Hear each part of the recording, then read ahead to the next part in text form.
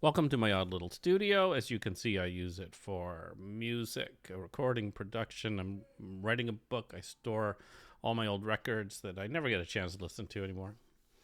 And I do these videos about politics. Okay, today's topic is about Pierre Poilievre and why the Conservatives lost the election in Canada.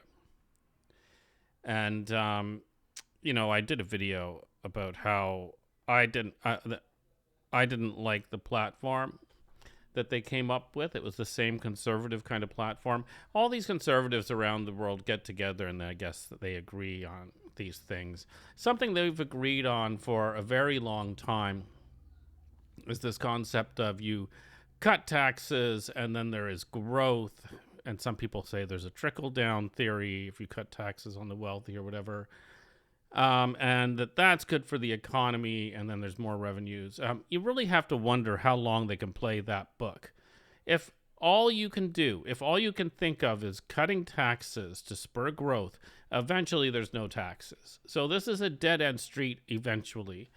And I think because of the amount of debt that Western countries have, the United States in particular, Canada's not great, there's not a lot of room for that kind of BS. You have to be more productive. You have to think outside of the box. But all these conservatives get together and they have all these same ideas. And in my previous video, I was saying for that reason, comparing him to Liz Truss and to Donald Trump, I can't say that I would vote for that platform, no matter who it was, unless it would have to be someone I really respected that I knew could do something with it. But, a long time ago, there was this article written by Philip Cross called What Pierre Poilievre Can Learn from Liz Truss. Philip Cross in the Financial Post. Now, that article, blames, opponents of the Tories for killing off Liz Truss's plan, as if they can convince bond holders or the bond market how to react. It's quite the conspiracy theory, The England. It's really, I keep saying UK. It has a huge impact on the UK, but England does not have the best financial situation, and coming in with the plan that she had scared a lot of people. It's as simple as that. That's my opinion. Philip Cross believes that it was a conspiracy to destroy the Conservatives, but the warning he gave Pierre was that you have to watch out for whatever it is. Who cares whether the bond market reacts on its own or if they're being chased out by, civil service and all this other stuff. His warning was, pay attention to Liz Truss and learn from this, right? You have to act differently. And he was somewhat acting differently, but at the same time, as I reviewed just a high level of their plan, the amount of tax cuts and then relying on tariffs, which are not guaranteed, et cetera, to have spending, and then this assumption that there's going to be growth when we have heard that the entire Western world is looking at very little growth in the near future if things don't change dramatically. All of that put together says this is a bad plan. And for me, if I were to invest, I'd say, no, I'm not going to invest in this, right? Unless you pay, if you're going to have to pay me more. You're going to have to pay me more interest. But no matter what you believe, if there's conspiracies, et cetera, he was warned.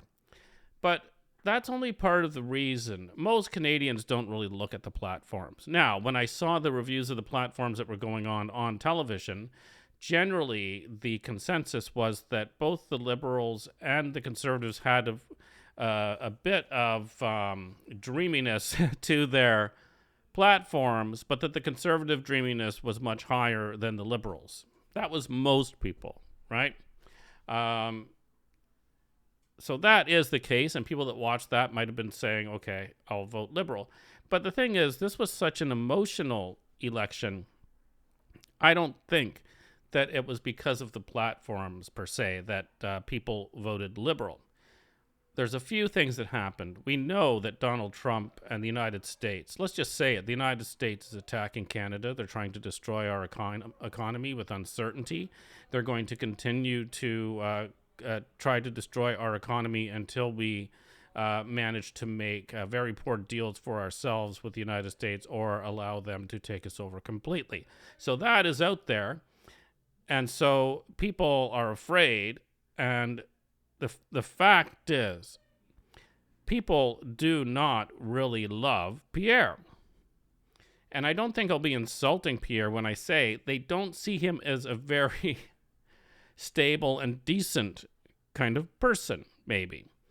And it's because he acts very similar to Donald Trump with insulting names for other people, his attacks on the woke, the fact that he says that the Nazis were socialists. It just goes on and on and on, the stupidity. It's the exact same kind of stupidity. People don't have faith in him. Putting someone like this up against Donald Trump, they start to worry.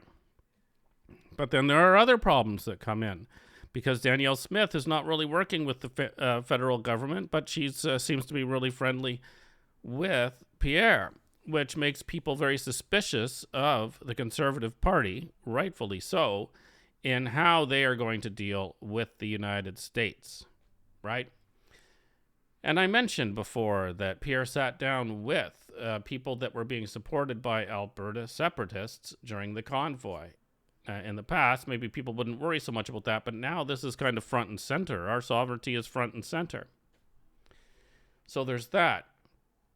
But the bigger thing, I hope, is that there has been right-wing propaganda and some of the absolute worst bullshit of propaganda throughout the internet for years now, right? And it's been causing a lot of far-right and right-wing parties across the Western world to do better than they were in the polls, right? But now we see the king of the right-wing bullshit, Donald Trump, getting elected, having a complete embarrassment of an administration. Every single person is an idiot. And having policies that are going to drive the United States into the ground. And I think, but not only that, let's say that Donald Trump could succeed with his plans. He is attacking all of these other countries. And so this is making people think, hey, maybe this right-wing stuff is BS, right? And it is BS. There's so many conspiracy theories out there that make absolutely no sense, you know? And there are fake posts on both sides. You know, I believe there's a whole bunch of fake left-wing posts as well, pretending to have anti-Semitism, anti-Jewishness in the left wing, pretending to have very, very extreme views that people think are very common, whereas they're not. These are also bots. But I think they're bots that are run by the right wing. But forget about that, whatever. I'm hoping that this election shows that even a party that was guaranteed a win because people hated the Liberals so much, because this country is in horrible, horrible shape, right?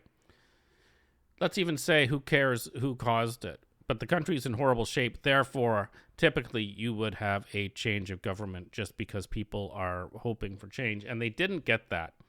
And I see a lot of people either complaining or stating that it's crazy that the Liberals are still in power when all of this has happened in Canada. But the fact is, the wing of the Conservatives is the wing that goes all the way back. We heard Preston Manning came back out recently, right? All of this comes down to when the progressive Conservatives sold out to the Alberta wing of Conservatives. And it doesn't sell well across the rest of Canada. And so, of course, they start using these same right-wing talking points and all of this other stuff, but even that can only get them so far. And now that everyone's seeing Donald Trump's absolute failure, and the embarrassment, and no one wants to see their country be as embarrassed as the United States is today, they are not buying it. Enough Canadians did. My question to myself was, are Canadians as stupid as Americans when it comes to this stuff? Pretty close, because this was a pretty close election. But like I said, a lot of people just wanted change. Pierre Poilievre has had many, slogans in front of him, but one was Canada first, very much like Donald Trump's America first, right? But the last one that he had was simply change, because that was the only thing that he was offering, that he wasn't the Liberals, right? And I guess that wasn't enough, but I think also enough people are fed up with the bullshit. They want real things done with real government. We don't care about the conspiracy theories. We want real things done. So let's hope that the Liberals have been scared enough, because they should have gotten 0 seats, right? If they had an actual competitor, they'd have 0 seats. Let's hope that they got scared enough that they will actually start working hard as a government, not just doing policy and sending out checks, but working hard to solve the problems of Canada that they partly are responsible for. I know the provinces are responsible for a lot of this stuff, and we have a lot of conservative provinces. Here in Ontario, Doug Ford is the worst, man, I'm telling you. Absolute garbage. People talk about rents. He's the one that came in and got rid of rent control when landlords were doubling rents on people. Right? Give me a break. I don't think there's much else to say.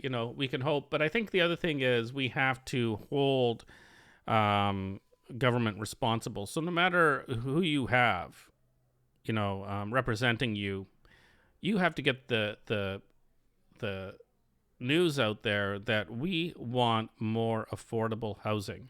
We do not want the government backstopping high property values any longer. We do not want the government pampering people that own condos that are sitting empty right now. Use that to our advantage. Be creative and get something done to make people's lives better. So that's our responsibility. Find out who your MP is, and start getting ready to send them messages that we're not going to take this any longer. And part of that is, if we can't solve the problems, get Airbnb out of Canada. Do things like get Microsoft out of government if it's there. Move to open source software. Kick the United States out, right, of our government. There's so many things. But we have to hold the fire under their feet, or whatever. I don't know what the expression is. I'm not saying that literally. Don't come after me. Anyway, so I think that explains it. Summary is Poilievre, who didn't even get his own seat, is not very likable. And he doesn't want to be likable. He wants to be angry, right? The Conservatives didn't have a plan that makes sense outside of the old right-wing stuff that used to be popular but is becoming much less popular now. And Donald Trump got involved, and we wanted someone that has a good resume going up against Donald Trump. I would say to the Conservative Party, this isn't going to happen, because the when that party was sold out, it was given away. I would say get rid of Poilievre and everyone around him, right? Everyone of his ilk, and come up with a party that has some maturity to it, that wants to seriously solve problems. And then there's a chance that you can win. I know that people are frustrated in the Conservatives. It's like, what do we have to do? What you have to do is appeal to most people in society and not throw out politicians that people find grating. It's simple as that. So you've got some work to do also, so get to work. Anyway, thanks for watching my little video. I'm off to do some writing. Have a good day.